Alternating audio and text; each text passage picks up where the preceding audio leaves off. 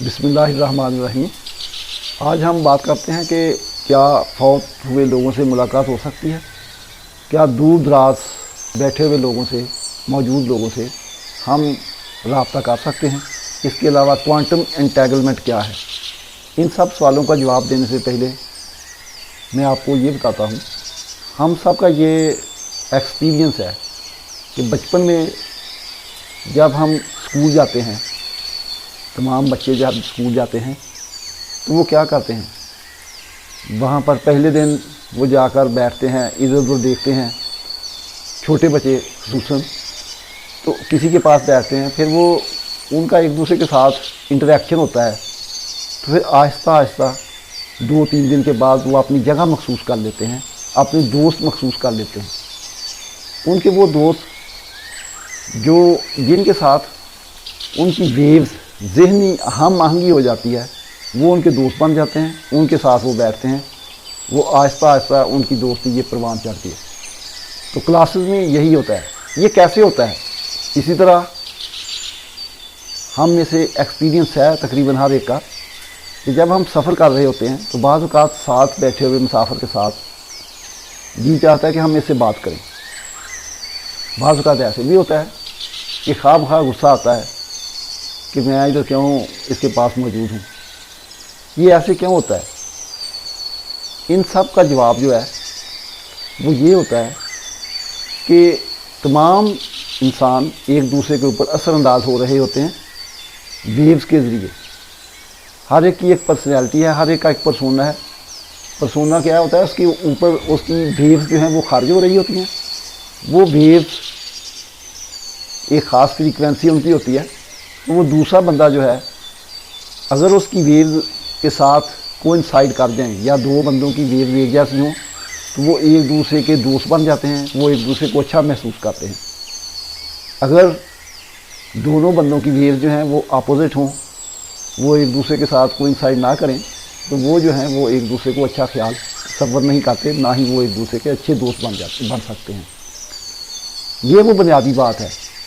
یہ تو قریب بیٹھے ہوئے لوگوں کی بات ہو گئی۔ اب ہم یہی اصول ایک ہی ہے کہ ویوز کا نکلنا، خارج ہونا، اور ویوز کا اثر انداز ہونا، اور دوسرا بندہ جو ہے وہ ویوز کے ساتھ اس کا کیا تعلق ہے، کیا وہ اس کو اچھا فیل کرتا ہے، کیا وہ اس کے ساتھ کوئنسائڈ کرتی ہیں یا نہیں کرتی۔ اب اسی بات کو ہم دور دراز پر تطبیق کر کے دیکھتے ہیں۔ آپ نے اکثر سنا ہوگا ایک ماں جو ہے اس کا بیٹا دور بھی ہو تو اس کی وہ تکلیف کو محسوس کر لیتی ہے۔ وہ کیسے کرتی ہے محسوس؟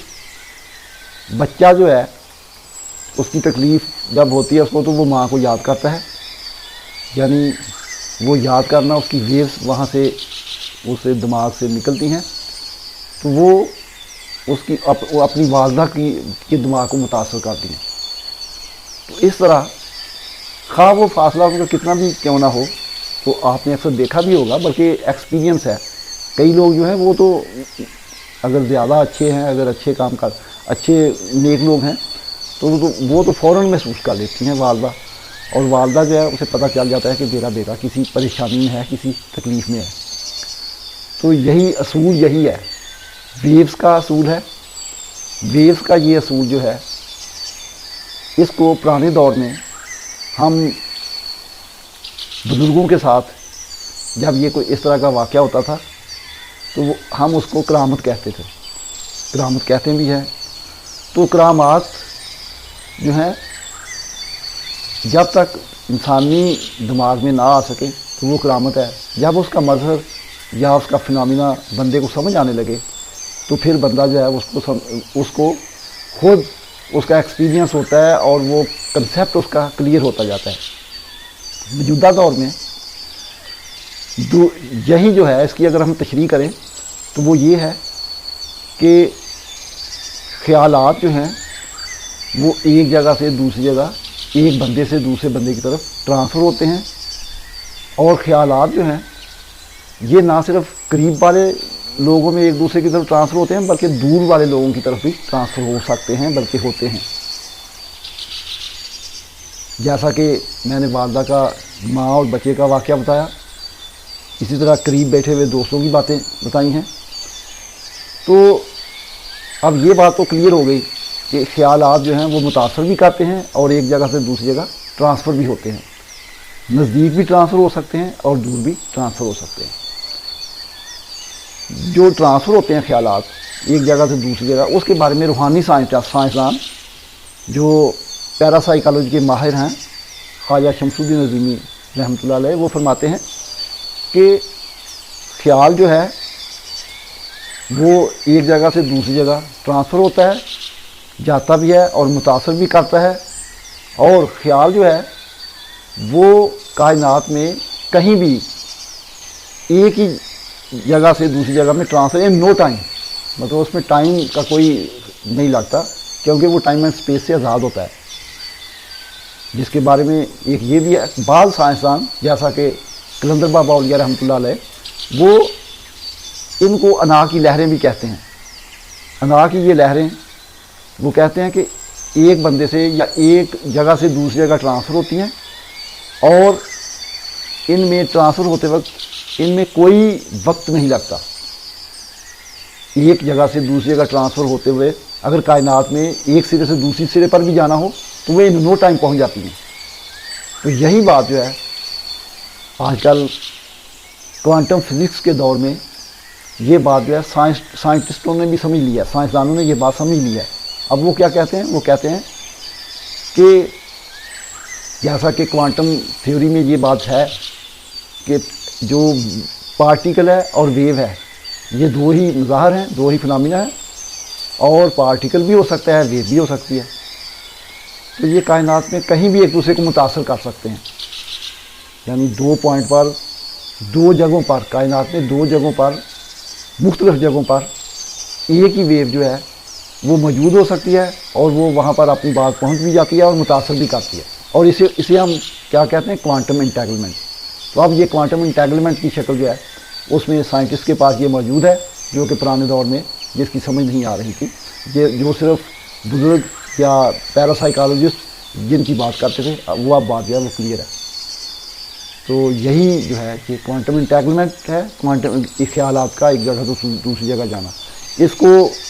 इसका फ़ायदा कैसे हासिल किया जाता है? टेलीपैथी के ज़रिए। टेलीपैथी की मशक़ें करवाई जाती हैं, एक्सरसाइज करवाई जाती है और उसमें ख्याल को अपने इरादे से कुव्वत एक जगह से दूसरी जगह दूसरे बंदे तक पहुंचाया जाता है, खा वो कहीं भी मौजूद हो, और वो मुतासर भी होते हैं। तो ये सारी बातें जो हैं अब ये साइंस की मादी साइंस जो है वो इनको समझ चुकी है, समझ रही है। और हाँ, एक बात रह गई, वो ये है कि क्या फौत हुए लोगों से रब्ता किया जा सकता है? तो इसमें यह है कि जब एक आदमी फौत होता है तो उसके जिस्म में से एक चीज़ निकल के चली जाती है। वो क्या होती है? वो रूह होती है। रूह जो है वो यहाँ से निकल के आलम बरज़ख या आलम राह में चली जाती है। आलम राह में जब जाती है तो वो रूह जो है हमारे जिस्म में, जो ज़िंदा है हमारे जिस्म में रूह मौजूद है। अगर हम रूह तक रसाई हासिल कर लें, अगर हम इनका इल्म हासिल कर लें, तो हमारी रूह जो है पहले से मौजूद या आलम राह में मौजूद रूहों से रब्ता कर सकती हैं। ये नामुमकिनात में से नहीं है, ये भी मुमकिन है। अभी तक ये साइंस की दस्तरस से बाहर है। जैसे ही साइंसदान जो है वो रूह के इल्म को समझने के काबिल होंगे, रूहानी साइंसदान तो पहले समझ चुके हैं, जो मादी साइंसदान हैं उनकी बात कर रहा हूँ, तो इस तरह ये मुमकिन होगा। और बुजुर्गान दीन या जो बुज़ुर्ग होते हैं वो तो अब भी ये काम कर सकते हैं, क्योंकि उन्हें रूह का इल्म हासिल है और वो अपनी रूह के इल्म के ज़रिए मादी जिस्म के बगैर ही आलम राह में मौजूद रूहों से रब्ता कर सकते हैं। ये मुमकिन है। आप भी इसके बारे में गौर करें, और अगर आपके जहन में कोई सवाल हो या कोई आप बात करना चाहें तो कमेंट सेक्शन में दे सकते हैं। शुक्रिया।